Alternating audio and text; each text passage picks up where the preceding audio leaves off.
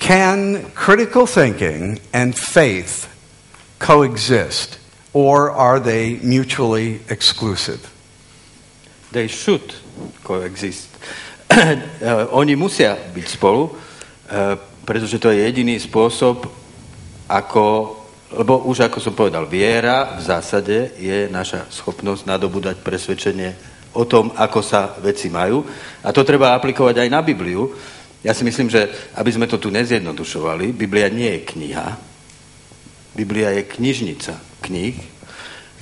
Knižnica kníh napísaná v priebehu stáročí minimálne, v rozmanitých kultúrach, odlišnými ľuďmi, odlišným literárnym štýlom. A keby sme teraz vedľa seba postavili obrazy Boha, ktorým verili jednotliví písatelia písma, tak by sme zistili, že to sú dosť odlišné obrazy Boha. Abraham ide obetovať syna. Okay. A tak ďalej, a tak ďalej.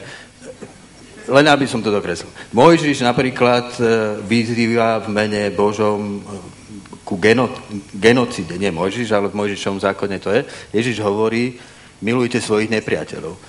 V samotnej Biblii je obrovský dialog, ktorý samotný ten dialog, keď čítame kriticky Bibliu, nás vedie k tomu, aby sme si kládli otázku potom, aká je teda tá posledná realita. Okay. A ako sa v tom Boh zjavuje. Just not to get, I don't want to go too deeply into a theological bent here, but this is an honest question, and I will ask you, in your view, does critical thinking and faith coexist? Can it? Or is it mutually exclusive by the nature of what it is? Okay. Ja si myslím, že by mali koexistovať. Jednoducho, ja si myslím totiž, že tým kritickým myslením sa nedá dôjsť na nejaký koniec, ale že rozhodnutie v nejakom momente treba spraviť. Tam je to, že niečo tak akože cítim, že je fajn a to spravím. A to je akože, lebo keby som nad tým strašne do nekonečna rozmýšľal, tak akože spochybním úplne všetko, ale ono to koexistuje v takom napätí, že niekedy ani neviem prečo som to tak urobil a niekedy zase viem veľmi dobre a tak si to predstavujem nejako. Okay.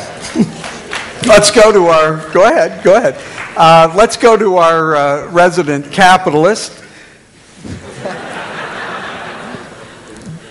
Do they coexist or are they mutually exclusive, Carl? Myslím, že koexistujú. They coexist. So, are you telling me that it is possible for a critical thinker to have faith in something that they have not validated or somehow proven?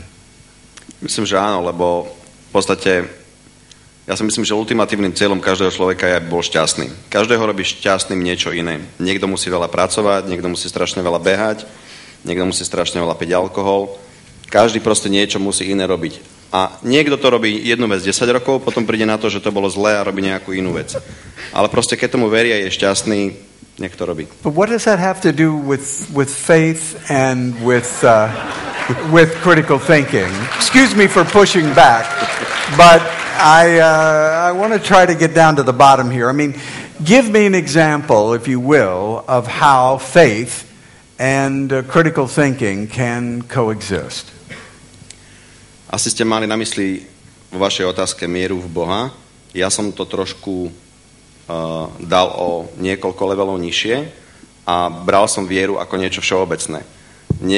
Matka môže veriť, že cieľ jej života je starať sa o deti a že proste to ju robí šťastnou.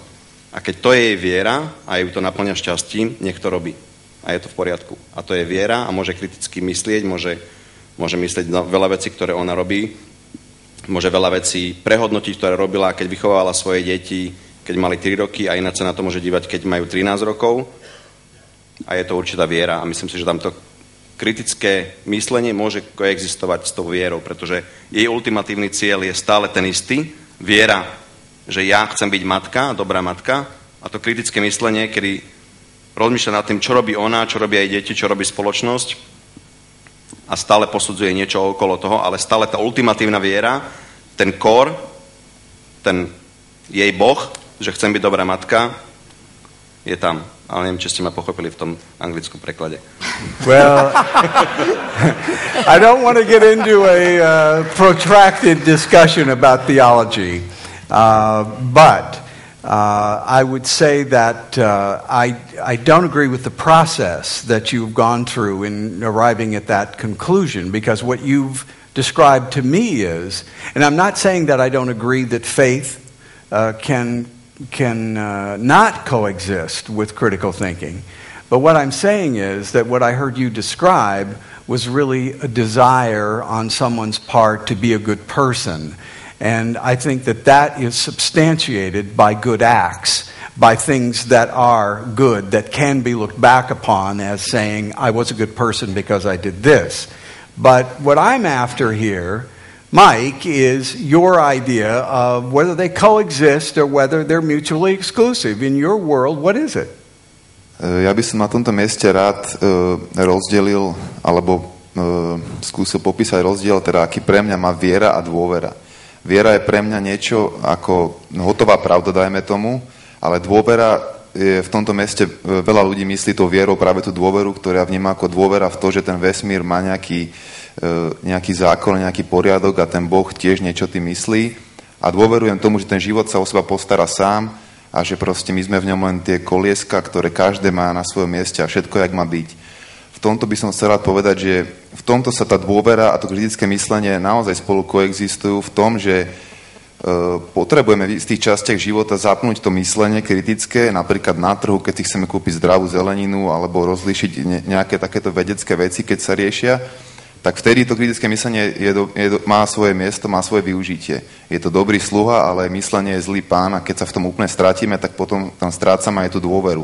Lebo tie pochybnosti sú na mieste, čo sa týka kritického myslenia, ale nie sú na mieste, čo sa týka tej dôvery v to, že proste je tu niečo vyššie, nepochopiteľné. A tam by som sa vrátil k tej absolútnej pravde. Súhlasím takisto s kolegom kapitalistom, ak ste mu dali nálepku, a takisto súhlasím aj s pánom Pasterčákom, že s ním súhlasím v tom, že pravda není definovateľná, určite ne z našej pozície zo zeme, s touto myslou, celá ako je, stále sa rozvíja, to si myslím aj, že stále pokračuje ďalej a stále sa niečo nové učíme a prítomnosť poskytuje stále nové otázky a nové odpovede. Ale na druhej strane existuje absolútna pravda, si myslím, ale pochopiť ju a vyjadriť ju slovami je nadľudská úloha. A najradšej by som to ilustroval jednou myšlienkou.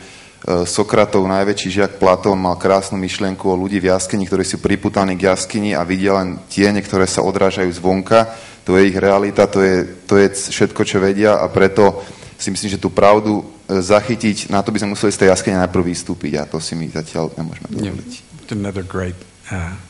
Now, Vladimír, do you have any closing comments on that topic that you would like to voice? Já se bojím toho, že posluchači už chtějí dávat ty otázky, ale já myslím, že je to o definici víry. Já nejsem věřící, ale domnívám se, že víra není dogma. Alespoň z toho, co slyším. Takže odpověď je ano, musí koexistovat, protože z principu věci nikdo nám tady dneska netvrdí, ani ti z nás, kteří věřící jsou, že to dogma je. Ať už je to jedna kniha nebo celá knihovna knih, tak si myslím, že to naopak má iniciovat to kritické myšlení, aby se každý k tomu postavil a každý si udělal svůj názor. Great. Thank you very much. Now, I think that what we have seen here in the panel discussion part is further validation of the fact that people of honor and people of intelligence can have vastly different approaches to critical thinking, and that we can maybe apply the same process and come up to different destinations and so forth. So I think that it's interesting to view critical thinking as a process that's very individual in the way we apply it and how we quantify it.